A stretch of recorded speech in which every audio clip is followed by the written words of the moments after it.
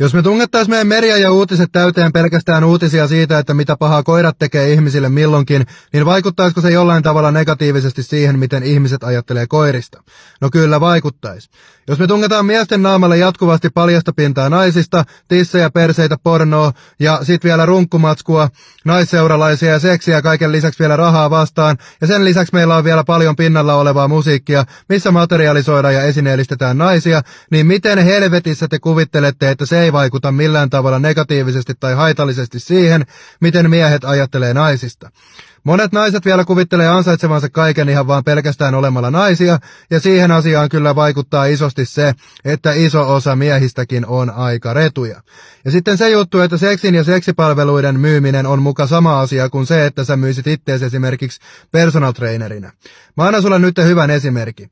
Jos mä myyn perunoita ja sä myyt huumeita, ne on molemmat tuotteita, mutta onko niiden myyminen sama asia? No vittu ei ole. Niiden vaikutus käyttäjään on eri, niiden käytön seuraukset on eri, ne tuotteet on eri ja kaikki muukin on ihan täysin eri.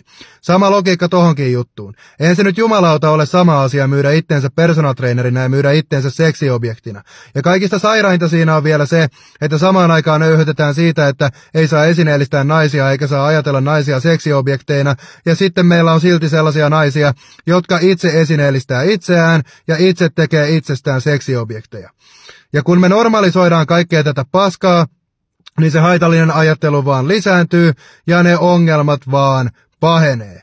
Ei ne ongelmat tänne synny ihan tyhjästä. Me kaikki yhdessä luodaan ne ongelmat tänne, joten pitäisikö vaikka lopettaa luomasta?